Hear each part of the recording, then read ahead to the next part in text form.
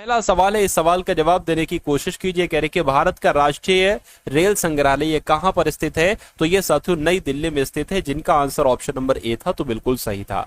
उसके बाद देखिए कह रहे कि जो जुलू जनजाति है ये किस देश में निवास करती है? तो जुलू जनजाति कहां की है साथियों? ये दक्षिण अफ्रीका की है जनजाति। आंसर आपको ऑप्शन नंबर बी होगा। उसके बाद देखिए कह रहे कि बाबर ने इब्राहिम लोदी को कब हराया था? तो बाबर ने इब्राहिम लोदी को पानीपत के पहले युद्ध में हराया था, जो कब हुआ था? जो 1526 में हुआ था। नेक्स्ट नंबर का सवाल देखिए कह रहे कि लखनऊ में 1857 के विद्रोह का नेतृत्व किसके द्वारा किया गया था? तो क्या आपका आंसर ऑप्शन नंबर बी है? तो अगर बी है तो बिल्कुल सही है। नेक्स्ट नंबर का सवाल देखिए कह रहे कि सरकारी घाटे को करो को, अब देखिए दो बार खाली जगह है यहाँ पर और ऑप्शन में भी दो दो शब्द दे रखे हैं, तो आपको ये बताना है साथियों कौन से दो शब्द यहाँ पर आना चाहिए दो खाली जगह में। सरकारी घाटे को करो को बढ़ाकर, मतलब सरकारी जब घाटा हो जाता है, सरकार को घाटा हो जाता है, तो करो को क्या घटाया जाता है? बना घटाया नहीं जाता साथियों, बढ़ाया जाता है ना। बढ़ाकर व्यय को भी नहीं, व्यय को कम किया जाता है, व्यय को घटाकर। तो मैं कहूँगा सरकारी घाटा जब होता है तो करो को बढ़ाकर व्यय को घटाकर कम किया जाता है सरकारी घाटे को। तो आंसर आपका ऑप्शन नंबर डी के साथ जाना चाहिए। उसके बाद देखिए ये फुल फॉर्म आपसे पूछी जाती है कि एनएसडीएल की फुल फॉर्म क्या होती है? तो नेशनल सिक्योरिटीज डेवलपमेंट लिमिटेड नहीं, नेशनल स्टॉक डेवलपमेंट लिमिटेड नहीं, नेशनल शेयर्स डिपॉजिटरीज लिमिटेड नहीं, नेशनल सिक्योरिटीज डिपॉजिटरीज लिमिटेड बिल्कुल साथियों आप लोग याद रखेंगे। राइट आंसर आपका ऑप्शन नंबर डी होगा। उसके बाद देखिए अगला सवाल है, कह रहे कि कथकली भारतीय नृत्य का एक रूप है, ये कहां पर किया जाता है? तो कुल मिला के कथकली साथियों केरल का नृत्य है। आंसर आपका सी हो जाएगा। उसके बाद देखिए कह रहे कि lone fox dancing my autobiography पुस्तक के लेखक कौन है? तो इस पुस्तक के लेखक आपसे यहाँ पर पूछे जा रहे हैं, मुझे बताइए। तो अगर आपका जवाब साथियों रस्किन बॉन्ड है तो मैं कहूंगा आपका जवाब यहाँ पर बिल्कुल सही हो जाएगा भाई, बहुत बढ़िया, वेरी गुड क्लास। चलिए साथियों उसके बाद देखिए अगला सवाल है।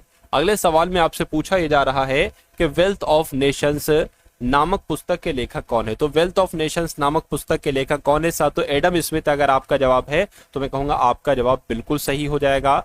उसके बाद देखिए कह के प्रतिवर्ष अंतरराष्ट्रीय सांकेतिक भाषा दिवस यानी कि international day of sine language ये कब मनाया जाता है? तो ये साथियों 23 सितंबर को मनाया जाता है। कब मनाया जाता है? 23 सितंबर अगर आपका जवाब है तो मैं कहूंगा आपका जवाब बिल्कुल सही है। कह के प्रथम ज्ञानपीठ पुरस्कार विजेता कौन थे? मुझे बताइए आपका राइट आंसर यहाँ पर क्या होगा। सार्क के सदस्य देश विश्व के किस भाग के हैं? तो विश्व के किस भाग के हैं साथियों आपसे पूछा जा रहा है। मैं कहूंगा दक्षिण एशिया के हैं, बिल्कुल सही। आंसर आपका ऑप्शन नंबर बी होगा। उसके बाद देखिए करके अंतरिक्ष अनुसंधान केंद्र, क्या साथियों अंतरिक्ष अनुसंधान केंद्र ये कहां पर स्थित है? तिरुवनंतपुरम में, बेंगलुरु में, श्रीहरिकोटा में या अहमदाबाद में? तो मैं कहूंगा अहमदाबाद में है। अगला देखिए कह रहे कि भारतीय विज्ञान संस्थान कहां पर स्थित है? तो भारतीय विज्ञान संस्थान आपको पता है बेंगलुरु में स्थित है। राइट आंसर जिनका ऑप्शन नंबर बी होगा तो बिल्कुल करेक्ट है। कह रहे कि मिस्र का सबसे बड़ा पिरामिड कौन सा है साथियों मुझे बताइए। तो मिस्र का सबसे बड़ा पिरामिड साथियों पता खुफू, क्या खुफू पिरामिड जो है ना ये मिस्र का सबसे बड़ा पिरामिड के रूप में जाना जाता है। राइट आंसर आपका जो जाना चाहिए वो ऑप्शन नंबर सी के साथ जाना चाहिए। कह रहे कि निम्नलिखित मूर्तियों में से कौन सी मूर्ति आजादी के प्रतीक के रूप में एक फ्रांसीसी मूर्तिकार द्वारा डिजाइन की गई थी? ये क्वेश्चन बहुत इंपॉर्टेंट है साथियों, आप लोगों को याद रखना है। स्टैच्यू ऑफ लिबर्टी की बात चल रही है, यानी कि स्टैच्यू ऑफ लिबर्टी जो मूर्ति है ये आजादी के प्रतीक के रूप में एक फ्रांसीसी मूर्तिकार के द्वारा डिजाइन की गई थी।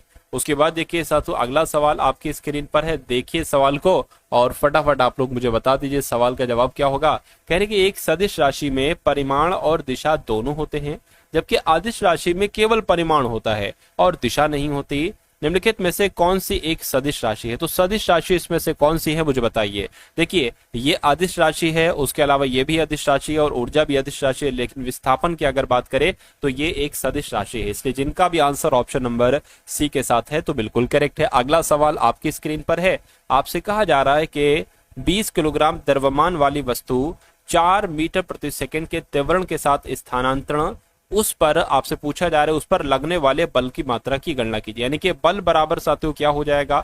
बल बराबर साथियों द्रव्यमान हो जाएगा और साथियों त्वरण हो जाएगा। यानी कि द्रव्यमान कितना है साथियों 20 किलो है, त्वरण कितना है 4 मीटर प्रति सेकंड है। तो बल साथियों यहां से आपका नहीं निकलेगा, बिल्कुल निकलेगा। तो 20 चौक कितने होते हैं साथियों 80 हो जाएंगे, यानी कि 80 न्यूटन आपके सवाल का बिल्कुल सही जवाब हो जाएगा। उसके बाद देखिए अगला सवाल है करके जल का वाष्पीकरण होता है। तो जल का वाष्पीकरण साथियों समस्त तापमानों पर होता है। आंसर आपका ऑप्शन नंबर सी हो जाएगा। उसके बाद देखिए अगला सवाल, कहा जा रहा है कि अणु का गठन करने वाले परमाणुओं की संख्या को क्या कहा जाता है। तो आपको ये साथियों ये ध्यान रखना है, उसको परमाणविकता कहा जाता है। क्या आप लोग याद रखेंगे, अणु का गठन करने वाले परमाणुओं की संख्या को परमाणविकता कहा जाता है। आंसर आपका ऑप्शन नंबर डी होगा। उसके बाद देखिए अगला सवाल है कह रहे कि निम्नलिखित में से कौन सा एक एम्फोटेरिक ऑक्साइड है। तो एम्फोटेरिक ऑक्साइड इसमें से कौन सा है साथियों एल्यूमिनियम ऑक्साइड है। सही जवाब आप लोग साथियों ऑप्शन नंबर ए हो जाएगा। साथियों जितने क्वेश्चंस मैं आपको करवा रहा हूं, चाहे वो जीके के हो, चाहे करंट अफेयर के हो, चाहे रीजनिंग के हो, चाहे मैथ के हो, इन सभी सवालों को साथियों आपको तैयार करते जाना है अपने परीक्षा से पहले पहले। और अगर आपके मनोमस्तिष्क में ये सारे सवाल स्टोर है तो मेरा मानना है कि 70 से 80% आपको कंटेंट फंसा हुआ मिलेगा साथियों आपकी रियल एग्जाम वाली शिफ्ट में। ठीक है ना। तो इसलिए बहुत धैर्य के साथ, बहुत मन के साथ इन सभी सवालों को आपको देखना है और समझते रहना है। चलिए खैर नेक्स्ट नंबर का सवाल है कह रहे कि कौन सा तत्व, इनमें से कौन सा तत्व एक बहुमुखी तत्व है जो सजीवों और हमारे द्वारा उपयोग की जाने वाली कई चीजों का आधार है। तो किसकी बात चल रही है साथियों, कार्बन की बात चल रही है। कार्बन आपके सवाल का बिल्कुल सही जवाब हो जाएगा। कह रहे कि निम्नलिखित जीवों में से कौन सा जीव मुकुलन द्वारा प्रजनन नहीं करता है। तो मुकुलन द्वारा प्रजनन नहीं करता, मैं कहूंगा एनीलिडा नहीं करता है, तो ये आपका राइट आंसर हो जाएगा। उसके बाद देखिए मानव हाइपोथैलेमस ग्रंथि होती है। तो मानव की हाइपोथैलेमस ग्रंथि ऊपर के ठीक नीचे होती, नीचे के निचले हिस्से में मस्तिष्क में, बिल्कुल ये तो साथियों मस्तिष्क में उपस्थित होती है। जो हाइपोथैलेमस ग्रंथि होती है ना, ये मस्तिष्क में होती है। उसके बाद देखिए करके किसके अलावा निम्न सभी पादपों या पौधों में झकड़ा जड़ें होती है। तो किसके अलावा साथियों होती है जड़ें, मैं कहूंगा चुकंदर के अलावा सभी पौधों में झगड़ा जड़ें होती है। आंसर आपको ऑप्शन नंबर सी हो जाएगा। उसके बाद देखिए अगला सवाल है कह रहे कि उस प्रसिद्ध जीव वैज्ञानिक का नाम बताइए जिससे गैलापागोस द्वीप समूह का नाम जुड़ा हुआ है। तो साथियों उनका नाम चार्ल्स डार्विन है। ठीक है ना, चार्ल्स डार्विन है जिससे गैलापागोस द्वीप समूह का नाम जुड़ा हुआ है। उसके बाद देखिए कह रहे कि ट्रैक बॉल निम्नलिखित में से किस श्रेणी के अंतर्गत आता है। तो ट्रैक बॉल की अगर बात करें ये तो इनपुट डिवाइस के अंतर्गत आता है। क्या साथियों इनपुट डिवाइस के अंतर्गत आता है, ये भी आप लोग याद रखेंगे। अगला सवाल देखिए कह रहे कि HTTP में जो P जो होता है ना, इसका मतलब क्या होता है मुझे बताइए। देखिए अगर बात करें साथियों, यहां पर अगर बात करें इसकी फुल फॉर्म की बात करें, हाइपर टेक्स्ट, क्या साथियों हाइपर TEXT है, ये हाइपर टेक्स्ट ट्रांसफर प्रोटोकॉल हो जाएगी। क्या हो जाएगी, हाइपर टेक्स्ट ट्रांसफर प्रोटोकॉल हो जाएगी। ये आप लोग याद रखें। तो पी के लिए पूछा जा रहा है, प्रोटोकॉल आपका आंसर हो जाएगा। तो जिनका आंसर ऑप्शन नंबर बी के साथ है तो बिल्कुल सही है। उसके बाद देखिए कह रहे कि जो पाखाल वन्यजीव अभ्यारण्य है ये कहां पर है, वारंगल में, चंदौली में, सिवनी, लखीमपुर, मैं कहूंगा वारंगल में है साथियों पाखाल वन्यजीव अभ्यारण्य। उसके बाद देखिए कह रहे कि UN world wild life day ये कब मनाया जाता है। तो ये साथियों 3 मार्च को मनाया जाता है। कब, ये 3 मार्च को मनाया जाता है। ये सवाल आपसे एग्जाम में पूछा जा सकता है। कहने के हाल ही में अब यहाँ साथियों करंट अफेयर के सवाल आपके शुरू हो चुके हैं। तो करंट अफेयर में साथियों अगर आपको महारथी बनना है तो इन सवालों को देखिए और जो पीडीएफ मैंने आपको बताई है उस पीडीएफ के करंट अफेयर के सवाल साथियों भी आपको जरूर देखना चाहिए। चलिए तो कहने के साथियों जो विलो बैट है ना, इसको जीआई टैग मिला है। तो ये कहाँ का है, ये जम्मू कश्मीर का है विलो बैट और इसको जीआई टैग मिला है। उसके बाद देखिए कह रहे कि आरबीआई ने ब्याज दरों में कितने प्रतिशत की कटौती कर ली है। तो अभी हाल फिलहाल में साथियों 0.25% की कटौती की है ब्याज दरों में। किसने, रिजर्व बैंक ऑफ इंडिया ने। उसके बाद देखिए अगला सवाल है कह रहे कि किसे नेपाल राष्ट्र बैंक का कार्यवाहक गवर्नर नियुक्त किया गया है। तो यहाँ पर मैं कह सकता हूँ नीलम थुंगाना इनका नाम है और नीलम थुंगाना को ही साथियों नेपाल राष्ट्र बैंक का कार्यवाहक गवर्नर नियुक्त किया गया है। उसके बाद देखिए अगला सवाल है कह रहे कि किस राज्य के मुख्यमंत्री ने जल संरक्षण अभियान के तहत भागीरथ ऐप लॉन्च किया है। तो साथियों भागीरथ ऐप जो लॉन्च किया है वो उत्तराखंड सरकार ने किया है। किसने किया है, उत्तराखंड सरकार ने किया है। उसके बाद देखिए अगला सवाल है कह रहे कि बॉम्बे स्टॉक एक्सचेंज में डिप्टी सीईओ किसको नियुक्त किया गया है बताइए। तो साथियों अभी हाल फिलहाल में ही विरल दावड़ा को साथियों बॉम्बे स्टॉक एक्सचेंज में डिप्टी सीईओ नियुक्त किया गया है। उसके बाद देखिए कह रहे कौन अखिल भारतीय नेत्र रोग सोसाइटी के उपाध्यक्ष बने हैं, तो इनका नाम साथियों मोहन राजन है। डॉक्टर मोहन राजन ही अखिल भारतीय नेत्र रोग सोसाइटी के उपाध्यक्ष बने हैं। अगला सवाल देखिए कह रहे खाद्य सुरक्षा पर भारत और किस देश में महत्वपूर्ण समझौते पर हस्ताक्षर किए हैं, तो साथियों इजराइल की अगर बात करें तो रक्षा खाद्य सुरक्षा पर भारत और इजराइल देश ने महत्वपूर्ण समझौतों पर हस्ताक्षर किए हैं। उसके बाद देखिए कहां पहले हिमालयी जलवायु केंद्र का उद्घाटन किया गया है, तो कहां पर किया गया साथियों, मैं कहूंगा उधमपुर में किया गया है। पहले हिमालयी जलवायु केंद्र का उद्घाटन उधमपुर में ही किया गया है। यानी कि कहां पर 5 दिन का माधवपुर घेड़ मेला शुरू हुआ है, तो ये मेले की अगर बात करें ये मेला कहां पर शुरू हुआ है, मैं कहूंगा ये मेला गुजरात में शुरू हुआ है। सही जवाब आपका जाएगा ऑप्शन नंबर बी के साथ। अब उसके बाद साथियों यहां पर से आपके सामने रीजनिंग के क्वेश्चन स्टार्ट हो चुके हैं। तो साथियों आपके एग्जाम में रीजनिंग के पूरे साथियों 30 सवाल आएंगे। अगर आप चाहते हैं कि आपका स्कोर रीजनिंग में 30/30 रहे तो इन सभी सवालों को साथियों जरूर देखिएगा, है ना। चलिए पहला सवाल है कह रहे कि वोल्ट मीटर का संबंध अगर वोल्टेज से है तो अमीटर का संबंध किससे होगा, पावर से, करंट से, एनर्जी से या साथियों प्रेशर से, मुझे बताइए। देखिए यहां पर साथियों मैं कह सकता हूं जैसे कि जो वोल्ट मीटर होता है ना, ये वोल्ट मीटर साथियों वोल्टेज मापने के काम आता है। तो उसी प्रकार अमीटर जो होता है ना साथियों ये करंट मापने के काम आता है। करंट को हिंदी में क्या कहा जाता है साथियों, धारा कहा जाता है। यानी कि अमीटर धारा मापने के काम आता है, अर्थात करंट मापने के काम आता है। अब उसके बाद देखिए साथियों एक बढ़िया सवाल आपकी स्क्रीन पर है। ये सवाल इस लॉजिक पर आधारित एक सवाल आपके एग्जाम में पूछा जा सकता है। यहां पर आपको बताया गया है सबसे पहले कि 8 से 32 बनाया गया है, उसी प्रकार यहां पर 18 से साथियों 162 बनाया गया है। तो उसी प्रकार आपको यह बताने के 16 से यहां पर साथियों क्या नंबर बनाया जा सकता है, ये एक बार आप लोग यहां पर कमेंट करके मुझे बता दीजिए। देखिए यहां पर अगर साथियों बात करें, मुझे ऐसा लग रहा है कि 8 की गुणा हम किससे करा दें कि 32 आ जाए। अगर साथियों 8 की गुणा हम 4 से करा दें तो 32 आ जाएगा, है ना। उसी प्रकार 18 की गुणा हम किससे करा, देखिए मुझे ऐसा लग रहा है कि इस 8 का आधा क्या होता है 4, इसलिए 4 से कराई गई है। और उसी प्रकार 18 की गुणा अगर 18 का आधा कितना होता है 9, तो 9 से अगर गुणा कराएंगे तो 162 आता है। उसी प्रकार 16 का आधा क्या होता है 8, यानी कि 16 की गुणा अगर 8 से कराते हैं तो हमारा साथियों आंसर आना चाहिए। तो 16 8 128 होता है।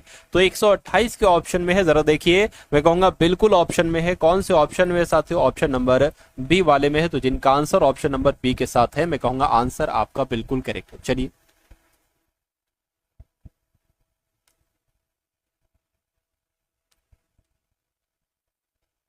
अब उसके बाद देखिए साथियों अगले नंबर का सवाल है। एक नंबर सीरीज वाला सवाल यहां पर साथियों आपके सामने आ चुका है। आपसे कहा यह जा रहा है कि सबसे पहले 6 है, उसके बाद 12 है, उसके बाद 30 है, उसके बाद 84 है और उसके बाद 246 आ गया। और आपको बताने कि उसके बाद अगला नंबर यहाँ पर साथियों कौन सा आ सकता है, मुझे बताइए फटाफट आप लोग। देखिए 6 से अगर 12 हुआ है तो मैं इतना कह सकता हूं कि यहाँ पर 6 बढ़ाया गया है।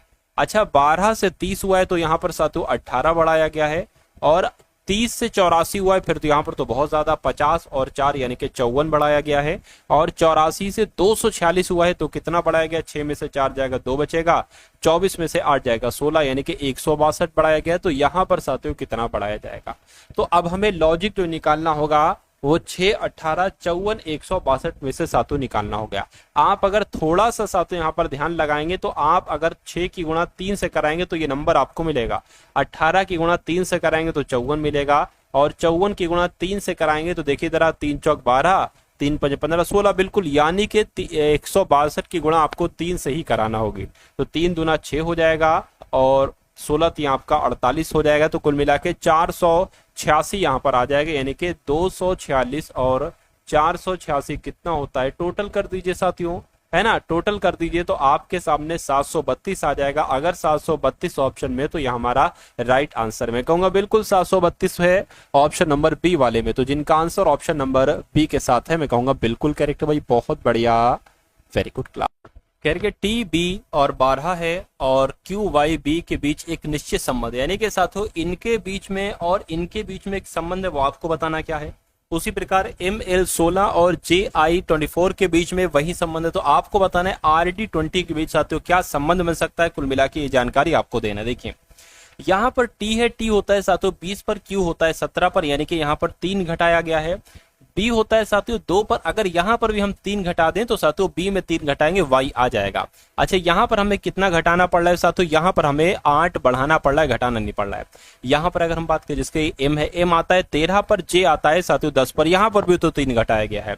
एल आता है 12 पर, आई आता है 9 पर, यहां पर भी साथियों 3 घटाया गया है। और 16 से 24 हुआ, यहां पर 8 घटाया गया, यानी कि जो यहां पर लॉजिक लगा है वही लॉजिक आपका यहां पर लगा है, तो वही लॉजिक हम यहां पर लगाना पड़ेगा। तो आर में 3 घटाएंगे ओ आ जाएगा, डी में 3 घटाएंगे ए आ जाएगा, 20 में अब आपको क्या करना है, 8 बढ़ाना है, तो साथियों 28 आ जाएगा। मैं कहूंगा 28 कहां पर लिखा हुआ है, ओ ए 28 साथियों, ये ओ ए 28 तो आपका ऑप्शन नंबर डी में लिखा हुआ है। तो जिनका आंसर ऑप्शन नंबर डी के साथ है, मैं कहूंगा आंसर आपका बिल्कुल करेक्ट हो जाएगा भाई, बहुत बढ़िया, वेरी गुड क्लास। अब इस सवाल की अगर बात करें, कहा जा रहा है कि गॉड इज ग्रेट को क्या लिखा जाता है, ये गॉड इज ग्रेट का कोड है CPANBO। उसके बाद कह रहे हैं कि ग्रेट, अब यहां से एक अलग चीज शुरू हो चुकी है, ग्रेट हेल्प डन का कोड क्या है, ERCPFS। उसी प्रकार ही इज ग्रेट का कोड क्या है साथियों, BOCPDB। तो कह रहे हैं कि साथियों ही इज गॉड का कोड आपको बताना है। तो साथियों ही इज गॉड की अगर बात करें, अब देखिए साथियों ही इज यहां पर लिखा हुआ है ना, देखिए यहां पर अगर बात करें ही इज ग्रेट लिखा हुआ है और यहां पर गॉड इज ग्रेट लिखा हुआ है, तो यहां से मिल पाएगा, नहीं मिल पाएगा। ग्रेट हेल्प डन, अब देखिए यहां से ग्रेट का कोड निकाल लीजिए, काम आप ये ग्रेट हेल्प डन और साथियों ग्रेट, तो यहां से साथियों ग्रेड का कोड निकालने, हमें ग्रेड की जरूरत है क्या, है यहां पर है साथियों। देखिए ग्रेड का कोड निकालिए सबसे पहले आप, ये काम इसमें थोड़ा सा समय लगता है लेकिन सवाल बहुत सारे बच्चे नहीं कर पाते, आप कर लोगे तो बहुत अच्छी बात है। देखिए इसमें क्या सेम है मुझे बताइए, इसमें और इसमें ER नहीं, CP बिल्कुल साथियों, CP होगा, वो CP आपका ग्रेड का कोड हो जाएगा। अब यहां से ही इज का कोड निकल आएगा, CP यहां से कट कर दीजिए, ही इज का कोड आपको निकल आ गया है, क्योंकि हमें ही इज का भी तो कोड चाहिए, तो ही इज और गॉड का हमें कोड चाहिए, है ना साथियों। ही इज का कोड क्या हो जाएगा, BO और क्या हो जाएगा, DQ हो जाएगा, BO और DQ हो जाएगा। तो BO DQ कहां पर लिखा हुआ है, BO DQ यहां पर नहीं लिखा है, BO DQ यहां पर नहीं लिखा है, BO DQ यहां पर लिखा है और यहां पर लिखा है। अब देखिए साथियों, या तो गॉड का कोड CP होगा या AN होगा। गॉड का कोड देखिए जरा, गॉड का कोड देखिए साथियों जरा, यहां पर आप लोग देखिए AN भी है और CP भी है, नहीं बता सकते। गॉड एक काम करिए, एक और कहीं पर लिखा हुआ है साथियों क्या, गॉड कहीं पर गॉड नहीं लिखा हुआ है, तो आप एक काम करिए, देखिए CP आंसर नहीं हो सकता क्योंकि ग्रेड का कोड है, ये मैंने लिखा है ग्रेड का कोड है CP, तो और इज का कोड क्या है। अब देखिए CP ये वाला कैंसिल हो जाएगा, बचेगा क्या आपका ऑप्शन नंबर डी वाला बचेगा। यानी कि अगर आपका जवाब साथियों ऑप्शन नंबर डी के साथ है तो मैं कहूंगा आपका जवाब बिल्कुल करेक्ट हो जाएगा भाई, बहुत बढ़िया, वेरी गुड क्लास। चलिए अब उसके बाद देखिए अगले नंबर का सवाल है साथियों, इस सवाल को देखिए और फटाफट आप लोग मुझे बता दीजिए आपका जवाब क्या हो सकता है, बताइए। कह रहे हैं कि साथियों एक समीकरण यहां पर आपको दिया गया है, निम्न समीकरण में प्लस और माइनस के स्थान परस्पर बदल दिए जाएं और साथ ही गुणा और भाग के स्थान भी परस्पर बदल दिए जाएं, तो साथियों आपको बताना है इसको कैलकुलेट करके। यानी कि जहां पर प्लस लिखा हो वहां पर माइनस लिख देना है, जहां पर माइनस लिखा हो वहां पर प्लस लिख देना इस समीकरण में, जहां पर गुणा लिखा हुआ भाग लिख देना, भाग लिखा हो गुणा लिख देना, और इसको आपको सॉल्व करके मुझे बताना है। देखिए 10 है, 5 है, 144 है, 12 है, 13 है, 45 है, गुणा है और साथियों 12 है, इसको कैलकुलेट करके आपको बताना है। देखिए भाग है तो भाग की जगह पर गुणा आएगा तो मैंने गुणा लिख दिया, प्लस है प्लस की जगह पर माइनस आएगा, गुणा है गुणा की जगह पर भाग आएगा, प्लस है प्लस की जगह पर माइनस आएगा, माइनस है माइनस की जगह पर प्लस आएगा, गुणा है गुणा की जगह पर साथियों भाग आएगा और प्लस है प्लस की जगह पर माइनस आएगा। तो इसको आपको साथियों कैलकुलेट करके मुझे बताना है। देखिए सबसे पहले अगर बात करें 10 पंजे कितना हो जाएगा, 50 हो जाएगा, माइनस इसको कैलकुलेट करोगे 12 की भाग 144 से करोगे 12 ही आ जाएगा, 13 आ गया, प्लस आपका 9 पंजे 45 हो जाएगा, माइनस आपका 12 हो जाएगा। अब इसको आप कैलकुलेट करा लीजिए, है ना। चलिए तो 50 माइनस माइनस माइनस प्लस हो जाएगा, 12 और 13 कितना हो जाएगा साथियों 25 हो जाएगा, प्लस आपका कितना हो जाएगा 5 माइनस आपका 12 हो जाएगा। इसमें से कितना बचेगा 25 बचेगा, 25 प्लस 5 माइनस 12, तो 25 प्लस 5 कितना हो जाएगा 30 हो जाएगा, 30 माइनस 12 अगर करोगे तो साथियों 18 बचेगा। क्या 18 ऑप्शन में है, बिल्कुल साथियों 18 ऑप्शन में है, ऑप्शन नंबर डी वाले में है ना। तो जिनका आंसर साथियों ऑप्शन नंबर डी के साथ है, मैं कहूंगा आंसर आपका बिल्कुल करेक्ट है। चलिए भाई, अब उसके बाद देखते हैं साथियों अगले नंबर का सवाल आपकी स्क्रीन पर। इस सवाल को साथियों आप लोग देखिए और मुझे बताने की कोशिश कीजिए कि आपका सही जवाब आखिर यहां पर क्या हो सकता है, मुझे बताइए। चलिए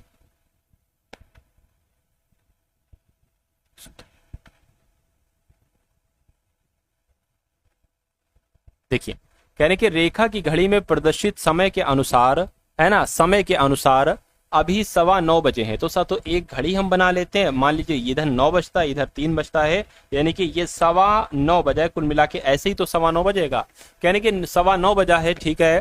कह रहे कि 9 बजे और घंटे की सुई पश्चिम की ओर है, ठीक है भैया, कोई बात नहीं।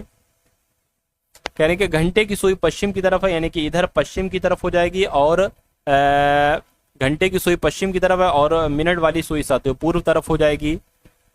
यानी कि 75 मिनट के बाद सुई किस दिशा में होगी? देखिए 75 मिनट के बाद मिनट की सुई, 75 मिनट की सुई किस दिशा में होगी? देखिए 75 मिनट का मतलब है 60 मिनट, और साथियों 60 मिनट और 15 मिनट, तो कुल मिला के इस वाली सुई के बारे में 60 मिनट बाद तो ये टोटल यहीं पर आ जाएगी। 15 मिनट बाद साथियों ये यहां पर चली जाएगी, और ये दिशा होती है साथियों दक्षिण दिशा। तो मैं कहूंगा दक्षिण दिशा में उसका मुंह होगा। आंसर आपका जो जाएगा वो ऑप्शन नंबर सी के साथ जाएगा। चलिए अब उसके बाद देखिए अगला सवाल आपकी स्क्रीन पर है। आपसे कहा जा रहा है कि सबसे अलग, सबसे विषम यहां पर साथियों आपको क्या लग रहा है, एक बार मुझे बताइए। चलिए देखिए भाई, कह रहे कि सबसे अलग यहां पर बात करें तो शेर, चीता, घोड़ा, जिराफ। देखिए ये भी जंगली है, ये भी जंगली है, ये भी जंगली है, लेकिन घोड़ा जंगली नहीं है, है ना। घोड़ा पालतू है, एक तरीके से पाला भी जाता है। तो इस प्रकार आपका राइट आंसर जो होगा, यानी कि सबसे अलग जो होगा वो ऑप्शन नंबर सी वाला होगा। अब उसके बाद देखिए अगले नंबर का सवाल साथियों आपकी स्क्रीन पर है। देखिए सवाल को, और यहां पर भी आप लोग मुझे बता दीजिए राइट आंसर आपका क्या हो सकता है, बताइए। देखिए भाई,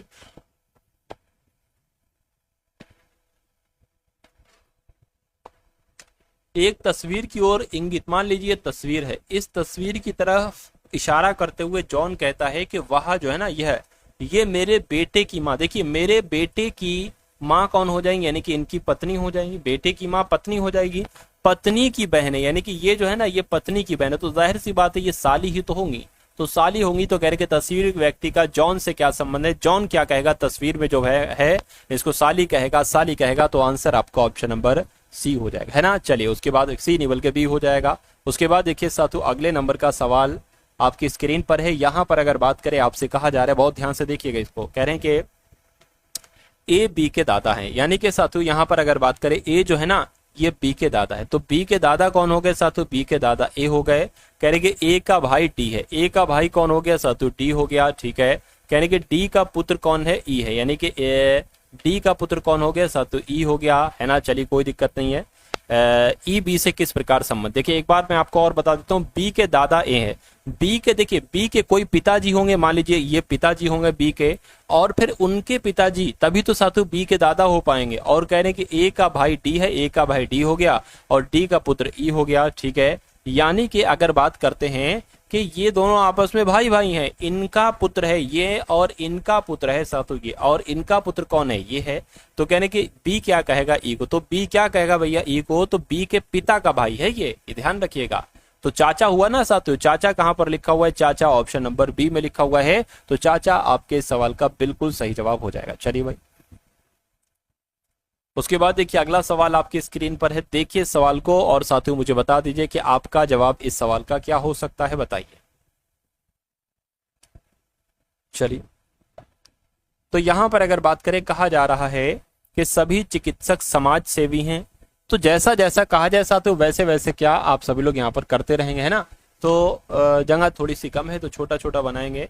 सभी चिकित्सक समाज सेवी हैं, तो सभी चिकित्सक मान लीजिए साथियों ये चिकित्सक हो गए, है ना, और सभी चिकित्सक समाज सेवी हो गए, सभी चिकित्सक समाज सेवी हो गए।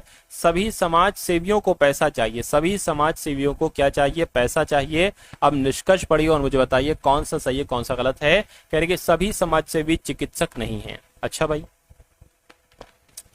क्या कहा जा रहा है साथियों? सभी, एक सेकंड, सभी चिकित्सक की अगर बात करते हैं समाज सेवी हैं, सभी समाज सेवियों को पैसा चाहिए, ठीक है, सभी समाज सेवियों को पैसा चाहिए, कहने के सभी समाज सेवी, ये सभी समाज सेवी चिकित्सक नहीं है। हाँ, सभी समाज सेवी चिकित्सक नहीं है, क्यों नहीं है, क्योंकि इतने समाज सेवी चिकित्सक नहीं, तो ये तो सही हो जाएगा कहीं ना कहीं।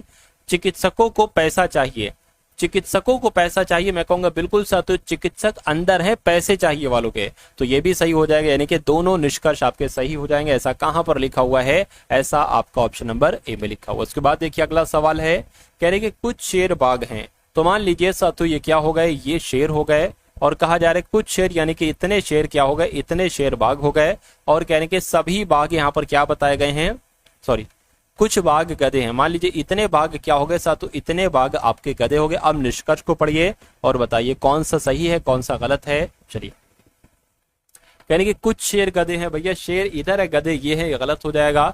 सभी बाघ गधे हैं, ये भी गलत हो जाएगा। तो ना तो निष्कर्ष 1 और ना ही निष्कर्ष 2 अनुसरण करता है, ऐसा कहां पर लिखा हुआ है, ऑप्शन नंबर सी में लिखा हुआ है। उसके बाद देखिए साथियों अगले नंबर का सवाल आपकी स्क्रीन पर आ चुका है, इस सवाल को देखिए और मुझे बताइए आपका जवाब क्या होगा। कह रहे कि साथियों यहाँ पर बाघ हैं, भैंसे हैं और पशु हैं, 3 यहाँ पर हैं, बाघ हैं, पशु हैं और साथियों भैंसे हैं। तो कुल मिला के आरेख आपको बताना है सबसे बढ़िया कौन सा आरेख लग रहा है इन तीनों के लिए, बताइए।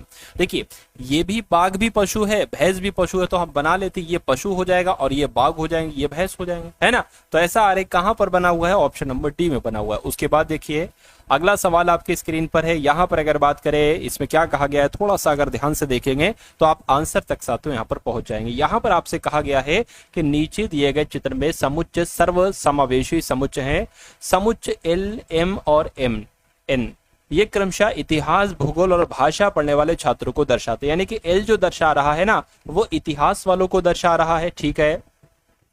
तो यहां पर हम करते चलते साथ में, जिसके ये एल वाला है ना, एल वाला, तो ये जो है ये इतिहास वालों को दर्शा रहा है, इतिहास पढ़ने वाले स्टूडेंट को ये दर्शा रहा है। उसके बाद कह रहे हैं कि जो एम है ना, ये भूगोल पढ़ने वाले बच्चों को दर्शा रहा है, ये भूगोल पढ़ने वाले बच्चों को दर्शा रहा है, ठीक है। और साथियों भाषा पढ़ने वाले जो छात्रों को दर्शा रहा है वो एन है, तो ये साथियों भाषा पढ़ने वाले छात्रों को दर्शा रहा है। तो कहने के दिए हुए आंकड़ों के आधार पर उन छात्रों की कुल संख्या कितनी होगी जो भाषा और भूगोल पढ़ रहे हैं लेकिन इतिहास नहीं पढ़ने, ये इतिहास नहीं पढ़ना चाहिए, यानी कि आंसर इसमें से नहीं होना चाहिए। तो मैं कहूंगा वो संख्या 9 हो जाएगी, जो भूगोल भी पढ़ रहे हैं, भाषा भी पढ़ रहे हैं लेकिन इतिहास नहीं पढ़ रहे हैं, तो 9 वो संख्या हो जाएगी साथियों, और 9 आपके सवाल का बिल्कुल सही जवाब हो जाएगा। और जिनका भी आंसर साथियों ऑप्शन नंबर ए के साथ है, मैं कहूंगा आंसर आपका बिल्कुल सही हो जाएगा। नेक्स्ट नंबर का सवाल आपकी स्क्रीन पर है, देखिए सवाल को। तो साथियों यहां पर अब आपके सामने मैथ्स के क्वेश्चंस स्टार्ट हो चुके हैं, तो इन सभी साथियों मैथ के सवालों को भी आप लोग बहुत अच्छे तरीके से देखिए, क्योंकि आपको पता है कि मैथ के भी पूरे 30 सवाल पूछे जाएंगे और उम्मीद करूंगा कि 30 में से 30 आप लोग करके आएंगे। चलिए भाई कॉन्सेप्ट को समझिए, क्या कहा गया, कह रहे कि 4 क्रमागत संख्याओं में से पहली 2 संख्याओं का योग चौथी संख्या के बराबर है, चारों संख्याओं के योग का आधा इनमें से क्या होगा। 4 क्रमागत संख्याएं कही गई हैं, तो मान लेते हैं कि पहली संख्या x हो जाएगी, तो दूसरी संख्या क्या हो जाएगी, x+1 हो जाएगी। अरे भाई पहली में 1 जोड़ेंगे तभी तो साथी होगी, और फिर इसके अगली संख्या क्या हो जाएगी, x+2 हो जाएगी, क्रमागत चल रहे हैं, और फिर x+3 हो जाएगी। ये 4 क्रमागत संख्याएं आ गई। कह रहे कि पहली 2 संख्याओं का योग, यानी कि इसका और इसका योग जब आप करोगे, तो मैंने इसका और इसका योग कर दिया, क्या दिक्कत है, इसका योग कर दिया पहली और दूसरी संख्या का। कह रहे कि इनका योग चौथी संख्या के बराबर है, चौथी संख्या के बराबर ये है चौथी संख्या, यानी कि x+3 के बराबर है। तो कह रहे कि चारों संख्याओं के योग बताइए कितना होगा। तो पहले x का मान निकाल लो, यहां से क्या आप x का मान निकाल सकते हो, अगर यहां से x का मान निकाल सकते हो तो साथियों बहुत अच्छी बात है। चलिए भाई कोई दिक्कत नहीं है, तो इसको कैलकुलेट आप लोग कर दीजिए। x+x कितना हो जाएगा, 2x हो जाएगा, +1 हो जाएगा, बराबर क्या है, x+3 है। अब देखिए साथियों यहाँ पर अगर बात करें तो ये 2x लिखा है ना, बराबर के उधर x इधर आएगा साथियों, माइनस का x हो जाएगा। ये 3 लिख दिया, ये प्लस का इधर आएगा तो माइनस का 1 हो जाएगा। तो साथियों 2x - x कितना बचेगा, x बचेगा, x बराबर साथियों 2 आ जाएगा। यानी कि अब आपसे पूछा जा रहा था चारों संख्याओं के योग, क्या साथियों चारों संख्याओं का योग कीजिए। तो पहली संख्या x थी, यानी कि पहली संख्या 2 हो जाएगी, ये है योग करना है आपको। फिर ये कितनी हो जाएगी, 2x+1, है ना, तो 2+1 साथियों 3 हो जाएगी, ये कितनी हो जाएगी, ये 5 हो जाएगी, और ये कितनी हो जाएगी 2+3 5 हो जाएगी, सॉरी सॉरी ये कितनी हो जाएगी, ये 4 हो जाएगी, है ना। ये साथियों कितनी हो जाएगी, ये आपकी 4 हो जाएगी और ये 5 हो जाएगी। इनका योग कर कर ये करिए और आधा कर दीजिए साथियों, 9 हो गया, है ना। 9 और ये कितना हो जाएगा साथियों, 14 हो जाएगा। 14 का आधा करोगे तो 7 आ जाएगा, और 7 कौन से ऑप्शन में साथियों, ऑप्शन नंबर बी वाले में। तो जिनका आंसर ऑप्शन नंबर बी के साथ है, आंसर आपका बिल्कुल करेक्ट है। बहुत बढ़िया, वेरी गुड क्लास। चलिए चलिए साथियों, अब इस सवाल को देखिए और साथियों मुझे बताइए, हो सकता हो शायद आवाज आपके पास थोड़ी कम आई हो, लेकिन ये चीज समझ गया ना साथियों, है ना। यहां तक मैंने आपको समझा दिया था। इसको कैलकुलेट करोगे, x का मान 2 आ जाएगा, और चारों संख्याओं का योग कर दोगे, x बराबर 2 है तो x+1 3 हो जाएगा, ये 4 हो जाएगा, 5, इनका योग करोगे 14 आएगा। 14 का आधा पूछा जा रहा था जो कि 7 होता है। अब उसके बाद देखिए अगला सवाल, इसमें थोड़ी सी मिस्टेक है, मैं आपको सही सवाल यहां पर लिखकर बता देता हूं। देखिए सबसे पहले साथियों 2/7 है, उसके बाद गुणा है, ब्रैकेट है, और फिर 2 प्लस, फिर साथियों ब्रैकेट है यहाँ पर, उसके बाद 2 आ गया, ब्रैकेट में 11 प्लस 4 आ गया, -2 आ गया, ब्रैकेट बंद हो गया, है ना, और साथियों उसके बाद -2 आ गया। अब इसको कैलकुलेट करना है, आपको सॉल्व करना है, जो सबसे अंदर वाला ब्रैकेट है इसको सॉल्व कर लीजिए साथियों। 4 - 2 2 बचेगा, 11 + 2 साथियों यहाँ पर 13 हो जाएगा। 13 साथियों हो गया, और 13 की गुणा 2 से हो जाएगी तो 26 डायरेक्ट लिख लो। 26 साथियों डायरेक्ट आप जब लिख लोगे तो 26 + 2 आपका ये आ जाएगा, तो कितना हो जाएगा साथियों, ये आपका 28 हो जाएगा। 28 हो गया साथियों आपका, ठीक है, 28 हो गया यहाँ पर, और गुणा 2/7 हो गया, और -2 आ गया। 7 एकम 7, 7 चौक 28 हो जाएगा, 4 दूना 8 हो जाएगा, 8 - 2 साथियों 6 बचेगा। तो 6 कहां पर लिखा हुआ है साथियों, 6 तो आपका ऑप्शन नंबर डी में लिखा हुआ। तो जिनका आंसर ऑप्शन नंबर डी के साथ है, मैं कहूंगा आंसर आपका बिल्कुल करेक्ट है भाई, बहुत बढ़िया, वेरी गुड क्लास। उसके बाद देखिए अगला सवाल कहा जा रहा है साथियों यहाँ पर कि 12 मीटर लंबे और 8 मीटर चौड़े कमरे के फर्श को अधिकतम संभावित क्षेत्रफल वाले वर्गाकार डिजाइनों से सजाया जाना है। आवश्यक वर्गाकार डिजाइनों की संख्या ज्ञात कीजिए। यानी कि कुल मिला के साथियों, मान लीजिए साथियों ये 12/8 का कमरा है, ये 12/8 का कमरा। यहाँ पर आपसे कहा जा रहा है कि कितने क्षेत्रफल वाले वर्गाकार, यानी कि उसकी लंबाई चौड़ाई कितनी होना चाहिए साथियों। टाइल्स बिछाना है तो उसकी लंबाई चौड़ाई कितनी होनी चाहिए, ये आपसे कुल मिला के यहाँ पर पूछा जा रहा है। तो कभी भी अगर ऐसा सवाल आपके सामने आए तो आपको कमरे की लंबाई दी जाएगी, चौड़ाई दी जाएगी। आपको सिंपल सी बात क्या करना है साथियों, इन 12 का और 8 का, इन दो नंबर का साथियों एलसीएम निकाल देना। 2 छंग 12, है ना, बल्कि एचसीएफ निकालना है, एचसीएम एलसीएम नहीं साथियों, एचसीएफ निकालना है। 2 से कट करेंगे, 2 छंग 12, 2 चौक 8। अब यहां पर अगर साथियों बात करें, या एक काम करिए साथियों, हाँ 2 से कट, 2 3 6, 2 दूना 4, तो कुल मिला के अब नहीं कट पाएगा, क्योंकि अब 3 फिर लेना पड़ेगा, 2 लेना पड़ेगा, तो कुल मिला के ये 4 हो गया। 2 दूना 4, एचसीएफ कितना निकला, 4 निकला। अब साथियों लंबाई कितनी है, 12 × 8, और नीचे क्या आ जाएगा, 4 × 4 आ जाएगा। इसको साथियों आपको कैलकुलेट कर लेना है। 4 एकम 4, 4 3 12, 4 एकम 4, 4 दूना 8, तो कुल मिला के 6 आ गया। तो मैं कह सकता हूं साथियों क्या, कि 6 आपका आंसर हो जाएगा, यानी कि आवश्यक वर्गाकार डिजाइनों की संख्या जो होगी वो 6 होगी। चलिए उसके बाद देखिए अगला सवाल आपकी स्क्रीन पर है। आपसे कहा जा रहा है कि किसी राशि के 32% के 40% का 60% जो है ना वो 432 के बराबर है, और कह रहे कि वो राशि बताइए साथियों।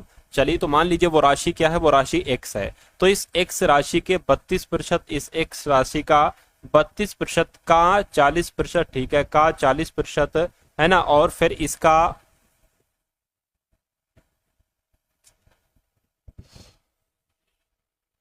फिर साथियों 60%, 32% और 40%, और साथियों 60%, ये जो है ना साथियों ये कितना है, ये 432 है। तो साथियों x का मान यहाँ पर आपको निकालना है, इसको कैलकुलेट आपको करना है। देखिए अगर इसको कट करेंगे तो 20 दूना और 20 पंजे आ जाएगा, 20 तियां और 20 पंजे आ जाएगा, है ना। इसको कट करोगे ज्यादा तो 16 आ जाएगा साथियों, यहाँ पर 50 आ जाएगा। अब क्या करें, अब x बराबर साथियों 432 है, और इन सब की नीचे वालों की गुणा इधर हो जाएगी, 50 आ जाएगा, ये वाला 5 आ जाएगा, और साथियों फिर से 5 आ जाएगा, और फिर नीचे क्या आ जाएगा, 16 × 2 × 3, 16 × 2 × 3 यहाँ पर आ गया। अब आपको साथियों क्या करना है, अब एक काम करिए, आप इसको कैलकुलेट कर डालिए। देखिए ये कैसे कैलकुलेट होगा जरा मुझे बताइए। देखिए 2 से अगर इसको कट करेंगे ना तो 2 दूना 4 और 2 एकम 2, 2 छंग 12 हो जाएगा, और अगर बात करते अब किसको का साथियों कट करे, इसको कट करे 3 से, 3 सत्ते 21, 3 दूना 6 हो जाएगा, ठीक है ना। अब साथियों 2 से कट करें ना, इसको 2 अट्ठे 16 हो गया और 2 दूना 2 तिया 6 हो गया आपका और 2 छंग 12 हो गया है। अब साथियों क्या, अब आपके सामने क्या आ गया, 36 गुणा और ये 50 भी तो है अभी साथियों, 36 गुणा 50 गुणा 5 और नीचे क्या, नीचे साथियों ये 8 है ना, 8 यहाँ पर आ जाएगा। 2 से कट करेंगे 18 आ जाएगा और 2 से कट करेंगे 4 आ जाएगा। 2 से कट करेंगे दूना आ जाएगा, यहाँ पर सातों 9 आ जाएगा। 2 से कट करेंगे तो 25 आ जाएगा। तो 25 गुणा ये 5 पंजे 25 हो जाएगा। अच्छा ये 25 है भाई साहब, ये 25 है। तो 25 गुणा 25 625 होता है। 625 की गुणा सातों 9 से करा लीजिए। 9 पंजे 45 हो गया, 9 दूना 18 22 हो गया, है ना साथियों। 9 पंजे 45 54 54 ये आपका 56 हो गया, यानी कि 5625 आपके सवाल का बिल्कुल सही जवाब हो जाएगा, जो कहां पर है साथियों, जो आपका ऑप्शन नंबर ए वाले में। उसके बाद देखिए साथियों अगले नंबर का सवाल है। यहाँ पर आपसे कहा गया है कि एक बैग में 50 पैसे 25 पैसे और 10 पैसे के सिक्के का अनुपात कितना है, 5:4:3 है। यदि सिक्कों का कुल मूल्य 171 है तो हर प्रकार के सिक्कों की संख्या कितनी आपसे पूछा जा रहा है। अब देखिए इस सवाल को आप कैसे करेंगे, ये क्या है, ये साथियों 5x है, ये 4x है और ये साथियों कितना हो जाएगा, ये 3x हो जाएगा। तो ये 50 पैसे, 50 पैसे का मतलब होता है साथियों 1/2 और 1/4 और साथियों 1/10, 10 पैसे का मतलब। तो 5x/2 यहाँ पर आ जाएगा, 5x/2x आ जाएगा, 5x/2 प्लस आपका ये 4x आ जाएगा और साथियों बटे में क्या आ जाएगा, ये 4 आ जाएगा। ऐसे ही करना होता है। ये 3x/10 आ जाएगा, 3x/ यहाँ पर 10 आ गया, तो बराबर इनका जो निकलेगा वो 171 निकलेगा। इसको आपको साथियों कैलकुलेट कर लें। देखिए 4 पंजे आपका 20 हो गया, 20x हो गया और 4 दूना 8x हो गया और नीचे क्या आ गया, 4 दूना 8 आ गया प्लस आपका ये साथियों 3x/10 आ गया। अब इसको कैलकुलेट कर लीजिए।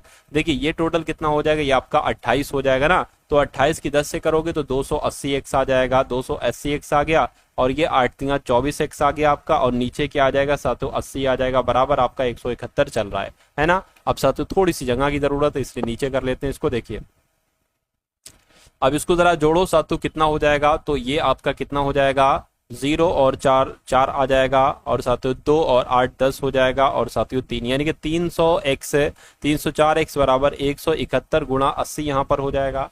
अब आपको साथियों इसको कैलकुलेट करा लेना है ना। इसको साथियों कैलकुलेट करा लेते हैं, यानी कि आपके सामने आ जाएगा x बराबर 171 गुणा 80/304 आ जाएगा। अगर साथियों इसको हम कैलकुलेट करने के लिए कैलकुलेटर का यूज करते हैं तो देखते हैं साथियों क्या आता है, 171 गुणा 80, 171 गुणा 80 भाग 304 है ना साथियों। भाग क्या आ जाएगा, भाग आपका 304 यहाँ पर आ जाएगा। तो कुल मिला के यहाँ पर कितना आ रहा है साथियों, 45 आ रहा है ना। यानी कि x का मान जो आया है वो कितना आया है, वो 45 आया है। तो बस x का मान निकल गया, अब तो कोई दिक्कत ही नहीं है।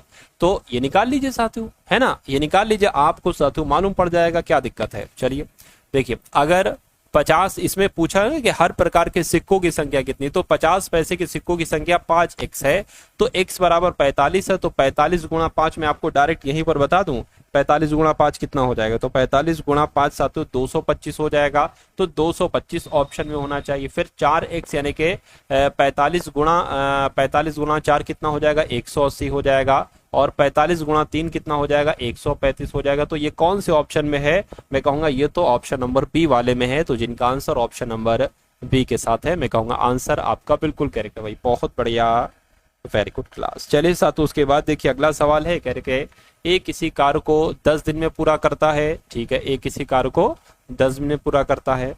उसके बाद कहा जा रहा है कि बी उस कार्य को 15 दिन में पूरा करता है, बी उसी कार्य को 15 दिन में पूरा करता है।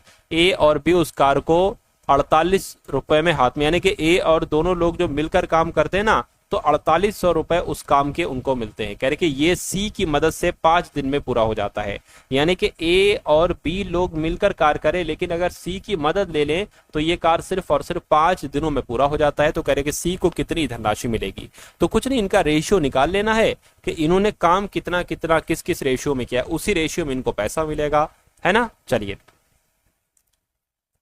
तो देखिए भाई यहाँ पर एक ऐसा नंबर ले लेंगे जो कि ये सारे नंबर कट कर सके। 60 ले लें, 10 छंग 60, 15 चौक 60 और 5 यहाँ पर 12 आ जाएगा, 12 पंजे 60 हो जाएगा। यानी कि ए की अगर बात करते हैं साथियों, ए एक दिन में 6 काम करता है और बी एक दिन में 4 काम करता है, ए बी सी ये मिलकर साथियों 12 काम करते हैं। तो अगर ए एक दिन में 6 काम करता है, बी एक दिन में 4 काम करता है और तीनों मिलकर 12 कर रहे हैं, तो साथियों सी 2 काम करेगा, है ना। सी क्या करेगा साथियों, सी आपका 2 काम करेगा। अब यहाँ पर अगर बात करें टोटल राशि कितनी है साथियों, 4800 टोटल राशि है ना। अब यहाँ पर अगर बात करें सी का निकालना है, सी का रेशियो है 2 और नीचे आ जाएगा साथियों टोटल 12। तो 12 चौक आपका 48 हो जाएगा और 400 दुना कितना हो जाएगा, 800 हो जाएगा। यानी कि सी को कितने रुपए मिलना चाहिए साथियों, 800 रुपए मिलना चाहिए। और 800 कौन से ऑप्शन में है साथियों, ऑप्शन नंबर ए वाले में। तो जिन दोस्तों ये वीडियो आप लोगों को कैसी लगी कमेंट बॉक्स में ज़रूर बताएं और वीडियो को अपने दोस्तों तक शेयर करना ना भूलें।